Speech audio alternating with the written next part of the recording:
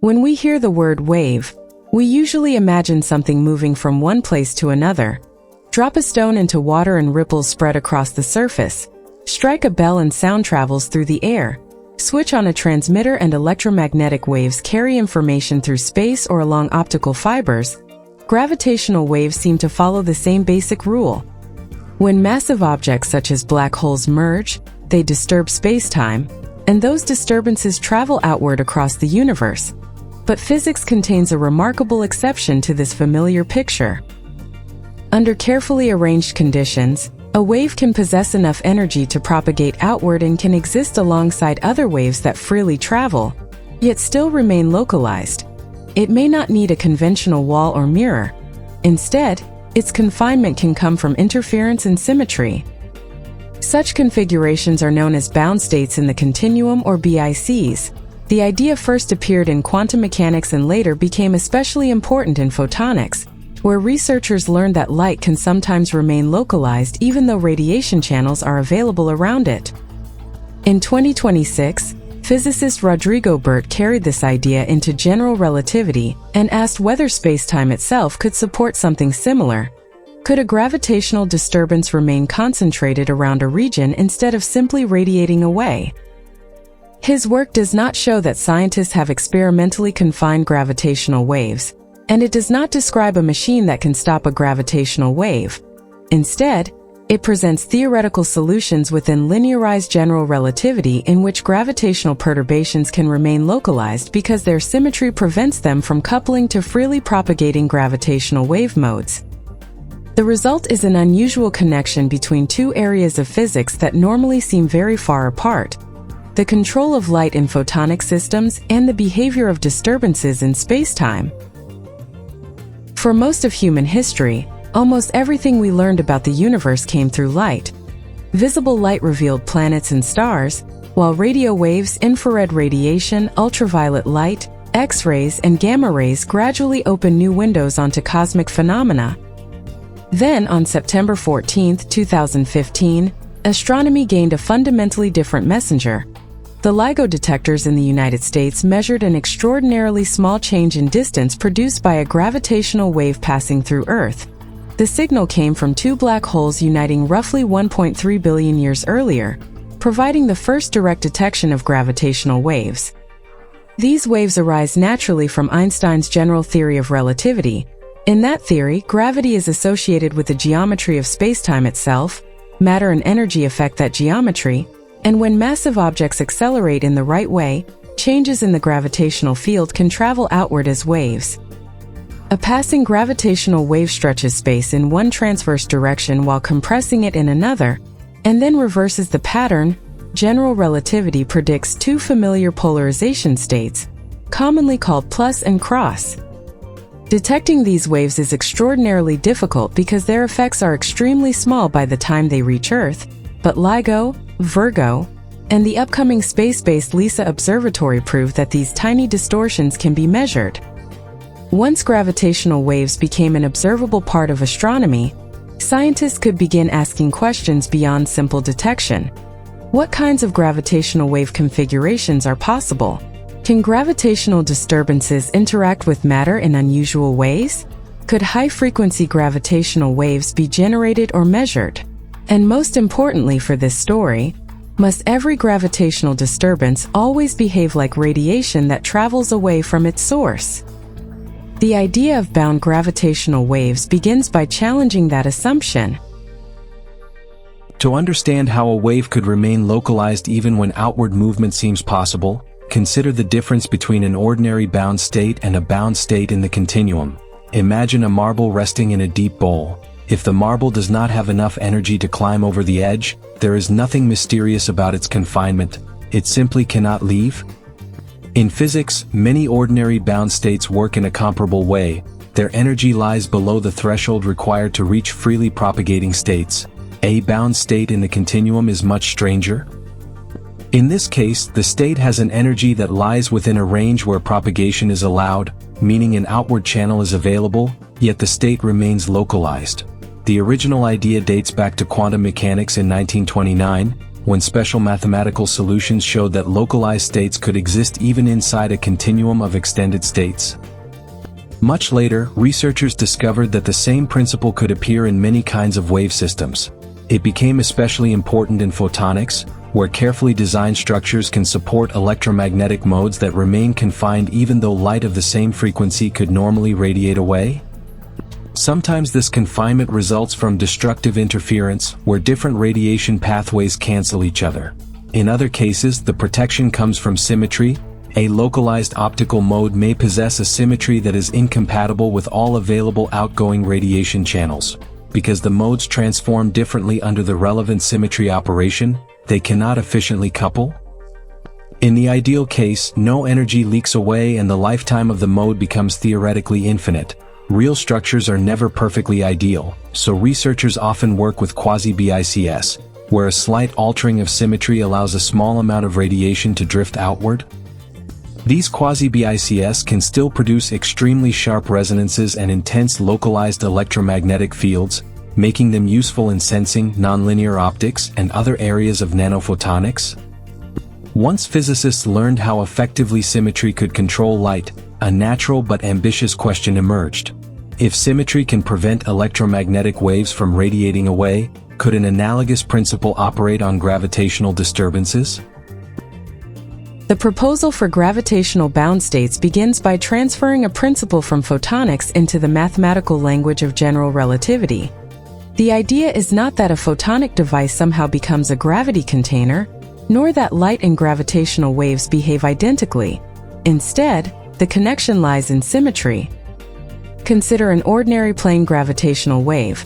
For plus polarization, space stretches along one transverse axis while contracting along the perpendicular axis, and then the pattern reverses. If this strain pattern is rotated by 180 degrees within its plane, it returns to the same form. In mathematical language, it has even parity under that twofold rotational symmetry. Berté's construction asks whether one can create a localized gravitational perturbation with the opposite transformation property. The proposed bound mode is designed to be odd under the same rotation, meaning its phase changes sign after the 180-degree transformation.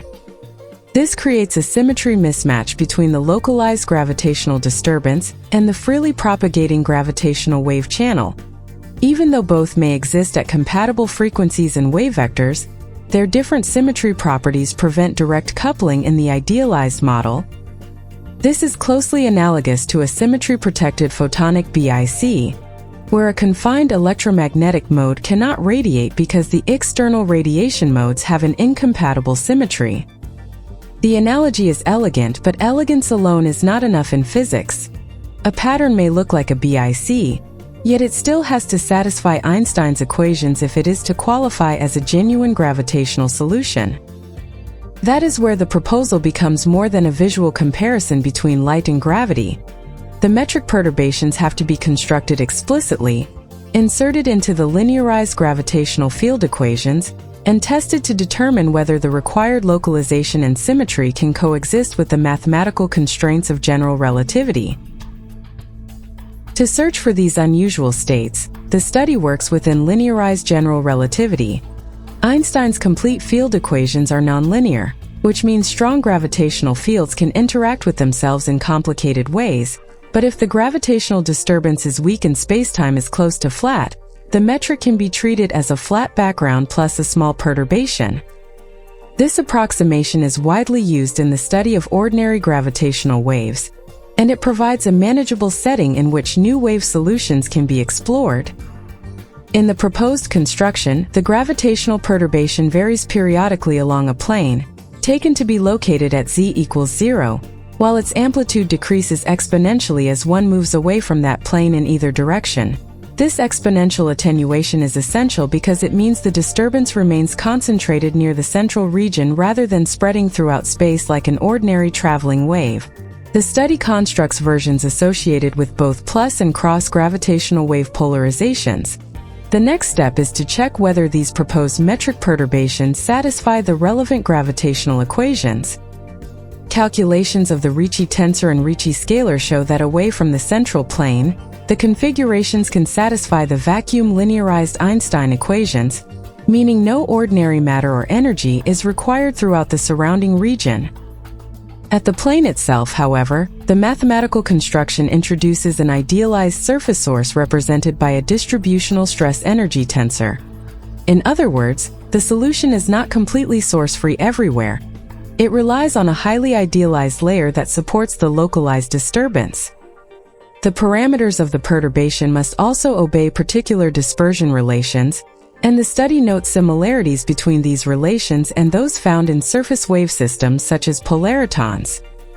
The solutions satisfy the gauge conditions used in the analysis and in momentum space language, appear at the gamma point, corresponding to zero in-plane Bloch momentum, while still lying inside the continuum where propagating gravitational wave modes are available. That combination of localization, continuum embedding, and symmetry protection is what motivates describing these solutions as gravitational bound states in the continuum. The phrase bound gravitational wave can easily create a misleading mental picture. It may sound as though an ordinary gravitational wave moving through the universe can suddenly halt, become frozen in place, or be contained by some invisible gravitational mirror. That is not what the theory describes. Freely propagating gravitational waves in general relativity continue to move at the speed of light. The proposed bound states are different solutions of the linearized equations. Rather than describing a traveling wave that is slowed down or halted, they describe an oscillatory gravitational disturbance whose spatial structure is already localized around a particular plane. The state remains confined because its symmetry prevents coupling to compatible propagating modes. No experiment has yet produced such a configuration, no observatory has detected one in nature, and there is currently no confirmed astrophysical system known to generate exactly this type of gravitational BIC. The ideal mathematical construction also relies on perfect symmetry, while real systems are finite, imperfect, and affected by external factors. This is why the idea of a gravitational quasi-BIC may ultimately be more physically interesting than a perfect bound state. In photonics, deliberately altering the protecting symmetry slightly allows an otherwise isolated bound state to interact weakly with external radiation. The mode then acquires a finite lifetime, but it can still retain very strong localization and a sharply enhanced response. An analogous gravitational quasi-BIC would involve a system whose symmetry is slightly shifted so that localized gravitational disturbances could weakly exchange energy with propagating gravitational waves. Berté identifies this as an important direction for future study. At present, however, it remains a theoretical possibility rather than a demonstrated technology. The research shows that the equations allow an intriguing form of localization under idealized conditions. It does not yet show that nature or engineering can reproduce those conditions in a practical system.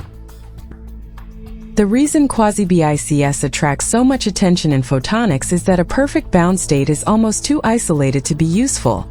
If a mode cannot couple to the surrounding radiation field at all, it is also difficult to excite or measure from the outside. When the symmetry is modified slightly, however, the state becomes accessible while still retaining a very long lifetime and a strong concentration of energy. This can lead to exceptionally sharp resonances and dramatically enhanced local electromagnetic fields. Photonic researchers exploit such effects in sensing, nonlinear optical processes, lasers, and other technologies. If something remotely similar could be achieved for gravitational disturbances, the implications could be significant, although they remain speculative. One possibility is improved gravitational wave interaction and detection. Signals from compact binary systems exist long before the final merger, but they can be extremely weak. A future gravitational quasi-BIC system might, in principle, provide some form of resonant localization or enhanced response to a particular gravitational wave frequency. Such an idea could potentially support new detector concepts, although no practical design has yet demonstrated that this can be done. Another possibility concerns high-frequency gravitational waves. Present gravitational wave observatories mainly operate in frequency ranges associated with large astrophysical objects such as black holes and neutron stars, while much higher frequency gravitational radiation remains extremely difficult to produce or measure. Researchers have proposed many theoretical sources and detection strategies, but this part of the spectrum remains largely unexplored experimentally. Localized gravitational modes might offer a new way of thinking about such signals. A still more ambitious possibility involves quantum gravity. If gravity is ultimately quantized, its hypothetical quanta are usually called gravitons, and researchers have long debated whether individual quantum gravitational effects could ever become measurable. Some proposals also examine interactions or conversions between electromagnetic and gravitational radiation. A gravitational quasi-BIC, if it could concentrate a gravitational field or extend interaction times, might become relevant to such studies. But none of these applications has been established. The current work provides a theoretical platform from which these questions can be asked more precisely. It does not yet provide experimental answers. One of the most interesting aspects of this research is not only the gravitational result itself, but also the way the idea traveled between different branches of physics. We often divide physics into separate subjects because the systems appear completely different. Optics studies electromagnetic fields. Acoustics studies pressure waves. Solid-state physics studies vibrations and excitations in materials. Quantum mechanics describes wave functions and probabilities. General relativity describes the geometry of spacetime. Yet many of these systems are governed by mathematical equations that share common structures. Because of that, a phenomenon first discovered in one field can sometimes reappear in another. Bound states in the continuum provide a striking example. What began as an unusual quantum mechanical idea eventually became a general principle of wave physics. Researchers found related behavior in electromagnetic systems, acoustic systems, mechanical structures, and other wave environments. Photonics in particular transformed BICs into a practical framework for understanding how symmetry and interference can control radiation. The gravitational proposal follows the same scientific pattern. It does not assume that gravitational waves and light are physically identical. Instead, it asks whether the symmetry logic that suppresses radiation in one wave system can also appear in the equations governing spacetime perturbations. The answer produced by the linearized calculation is encouraging. Periodic gravitational disturbances can be constructed so that they decrease exponentially away from a plane, satisfy the vacuum field equations outside an idealized surface source, and possess a symmetry incompatible with freely propagating gravitational wave modes. That is enough to establish a meaningful theoretical analogy. The broader lesson is that progress in fundamental physics does not always come from studying one theory in isolation. Sometimes a technique developed for controlling light can suggest a new way to examine gravity, and sometimes a mathematical structure discovered in one area reveals an unexpected possibility in another. For centuries, waves have taught us to associate disturbance with motion. Water carries ripples across a surface, sound carries vibrations through matter, electromagnetic radiation transports energy and information through space, and gravitational waves carry the signatures of energetic cosmic events across enormous distances. Yet modern wave physics shows that propagation is not always inevitable. Interference and symmetry can sometimes prevent a wave from radiating outward even when propagating channels are available. In photonics, bound states in the continuum and their imperfect relatives, quasi-BICs, have become powerful concepts for controlling electromagnetic fields.